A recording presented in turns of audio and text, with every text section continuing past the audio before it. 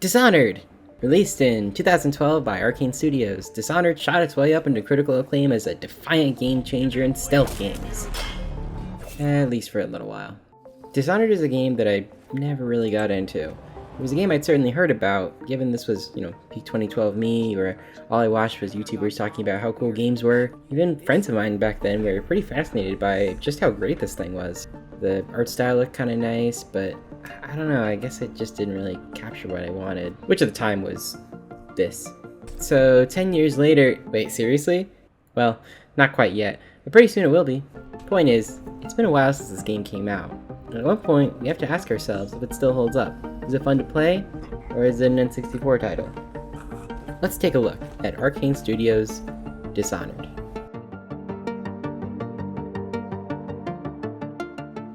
The first thing you'll recognize as the game you're playing from 2012 is that the menu graphics look awful. Yeah, I know it's kind of nitpicky, but with a game like Mass Effect 2, even the non-remastered version, you'll find that the UI is still sharp as hell. But I don't think anyone's gonna give a shit, so we'll move on. First, we'll look at gameplay.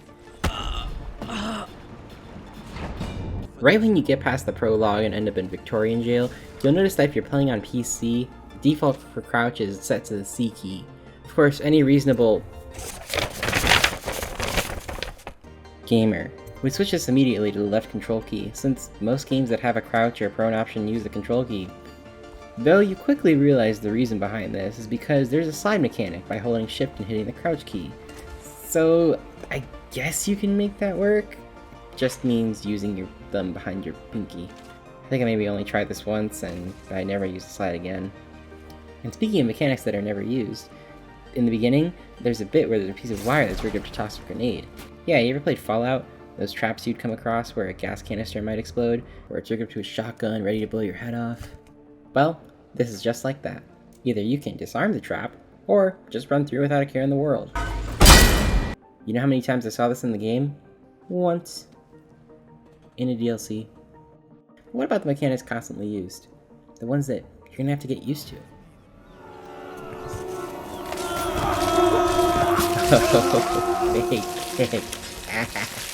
Often when a game comes out these days, I like to think about core mechanics and all the nice shit coded around it.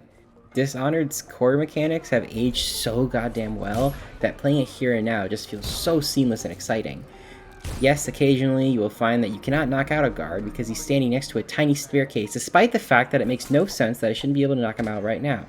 However, everything else is amazing. Probably the best part is your teleporter. I found that some of these stealth games are boring as fuck because you move so goddamn slow, and half the time you're just waiting for some jackass to turn the corner and start his walking animation. In Dishonored though, you can just teleport right behind him and grab his ass. It makes moving around so much more fun, and if you master it, you can do some real damage. There's also a karma system. You can pretty much murder as many people as you want, and even civilians, and actually, that's something I want to talk about in video games that sucks right now. You can't kill your friends. Now, I'm not talking about Grand Theft Auto where you can just murder endless pedestrians and cops. I mean friendly NPCs that follow you around and maybe even help you out. Plenty of these games will just forbid you from killing these people. Even if there's a mechanic built in place for you to murder them, the game shuts off and is like, don't do that, that's bad. Even Dishonored is kind of guilty of this, but in some instances it does make sense for it to actually be a thing. My go-to example is Half-Life 1. You can murder as many scientists and security guards in the game as you like. It doesn't change anything. You still explode the giant testicle at the end and get sent to space jail, but being able to kill these guys really solidifies your place as someone playing with power. It's more of a benefit to keep them alive anyway, and just simply having an option is so much more interesting than a world law telling you, no, that's bad. So Dishonored is a return to this idea. In fact, I end up making several comparisons to Half-Life throughout the game. Despite it being set in a Victorian-era world, there's so many artistic choices and design elements that just feel like they're oozing from Half-Life 2. Anyway, I got sidetracked. Going back to the karma system, one side to go about is not killing people. I'm not trying to sound like a pacifist, but I have this big fascination with games where you can beat the whole thing without killing a single person, with this and Watch Dogs 2 being the two games that kind of come to mind.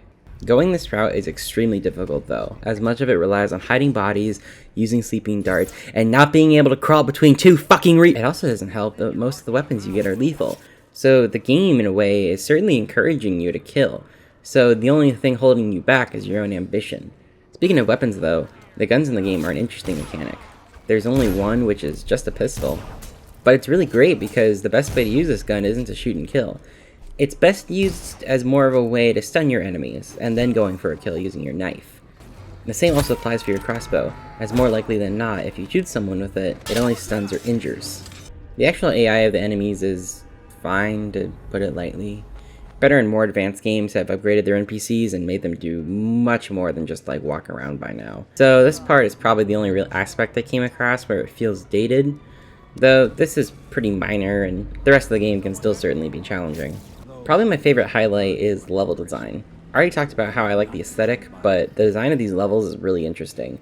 Dishonored uses a pretty linear structure, but its levels are very open that gives you a lot of room to breathe in how you carry out your objective.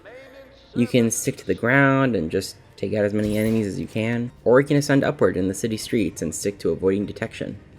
Now comes the story. This part of the game isn't really too important to cover in the realm of playability in the modern year, but given how much praise it has, I feel like it's worth going over. You play as a bodyguard guy in a big city, you guard Empress, Empress dies as part of coup, and you've been set up. So your goal is to work with some of the loyalists of the previous regime and take your throne back. Well, it's not your throne, it's more like the person you consider your daughter's throne. There's also this horrible disease in the city that's creating quarantine zones throughout the area, with government officials and aristocrats taking control of the land, which I thought provided some pretty cool subtext. In all honesty, I wasn't too invested in it. If I found a note, I usually didn't read them, and quickly identified the machines that played audio logs. So yeah, this was the early 2010s, where every game had to have audio logs, or just writing scattered everywhere. I won't say what it is in case someone wants to experience it fresh like I have, but there's a twist later in the game that feels like it solely exists for the sake of having a twist, and even then it's pretty obvious.